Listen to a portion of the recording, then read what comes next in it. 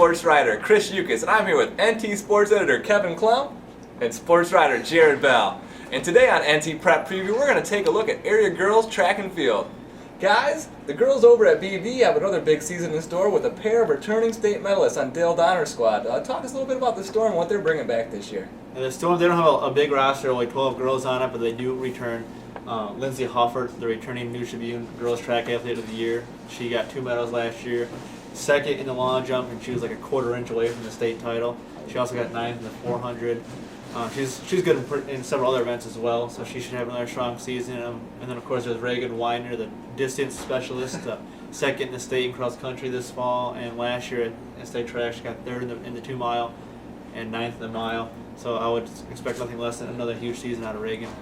And kind of like the boys, we have a lot of returning talent and experience back this season, so we expect a very good girls season. We also have Fieldcrest has a pair of returning state medalists in Maria Baldwin, who is a distance runner who just missed a couple of state medals last year. You also have Tessa Holland back. She medaled in the high jump. Keep in mind she was also our girls basketball player of the year, volleyball player, so really good, well-rounded athlete. We also have someone like Dani Art at Marquette, who has one of those kids who's been around forever, and she's good in track, she's good in cross country. So we have a lot of kids like that. It's another year where it seems like every year we have good distance runners in this area, and this year is no exception with Widener and Oret. Those two battled a lot. Yeah, Baldwin is, but those three actually all battled throughout the cross country postseason. Right neck and neck before Widener made a move at the state finals. But it's going to be another good year for the fans of the watching the laps go by.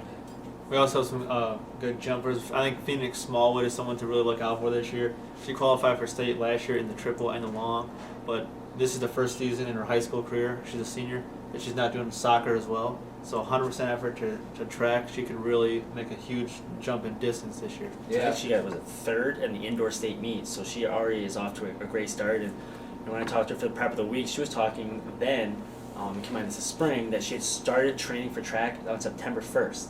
So that gives you an idea of how dedicated she is, that when everyone else was playing volleyball and other sports, that she was already focusing on track. It's showing already. You also have the Henry Midland girls. It's a team that's not one of our main teams in the area, and a lot of people in our coverage area may not think about them. But they have 3 returning state relays from last year, and 4 members on a relay team, so there's 3 people, that's 12 relay members. Only 1 person is gone. So, and a lot of those kids are sophomores and juniors as well. So they had one of the relays last year in which 4 freshmen made it. So they'll, hopefully we'll be back at state in that, and those relays this year, maybe in the future. I believe it was the 800 relay that they got.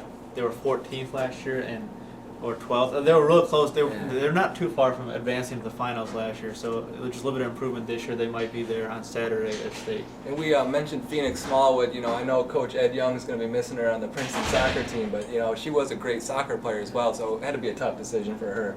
Yeah, it's tough. But I think she was looking toward the future in college. I think she thought she had a better shot in college in the jumps, and she is going to Lewis University, which is a Division II school. So, and then someone we forgot to mention when we were talking about distance is Megan Krolak from LaSalle, Peru. She made state in cross country in the fall in 2A, so she is someone to maybe look out for in the mile, 2 mile, and then also the 800 she's going to run. She really came on at the end of the cross country season. Not to say she didn't have a good start, but she really did well at a lot of the big meets at the end of the year, and like I said, qualified for state. She was the only area qualifier in girls for Class 2A, so that's says a little something about her talent. She's young too, isn't she? She's always a sophomore, yeah. Well, now it's time for everybody's favorite segment, NT Prep Preview Powerhouse Players. Mr. Baker, that tape, please, sir. Powerhouse Players of the Week. Powerhouse Players of the Week. Powerhouse Players of the Week. How's that? Well, guys, our first Powerhouse Player of the Week is Putnam County senior Jack Egan. He had a big game last week against Woodland. He had a bases clearing triple that was a part of a 8-run 5th inning, which that's a lot of offense for this early in the season. Teams usually aren't that good. And then he came in and threw the final 2 innings of relief. By then it was a pretty big lead, so it wasn't like it was a close game or a tight situation to pitch in, but still a great performance for him. And it was a good come-from-behind win for Putnam County in the Tri-County opener. Our next Powerhouse player waited till the very end of the game to make her Last impact. second. Yeah, Emma Odell from Ottawa Soccer. She scored with zeros on the clock to lift the Lady Pirates over Mendota 2-1 on Saturday. The Lady Pirates, they're in their third year of competing, and they're really stepping up. They're becoming one of the better teams in the area already, so Holly Hall's done a good job over there. And last but not least, we have Abby Surgeon Turgeon. The LP Junior went 7 for 11 to help LP go 3-0 in their first 3 games of the season, including a 3 for 4, 2-double performance with 5 RBIs, that is, against Morris. Thanks for watching NT Prep Preview, and check us out next week at www.newstrib.com. / Sports. Get it back, Chris. Get it back.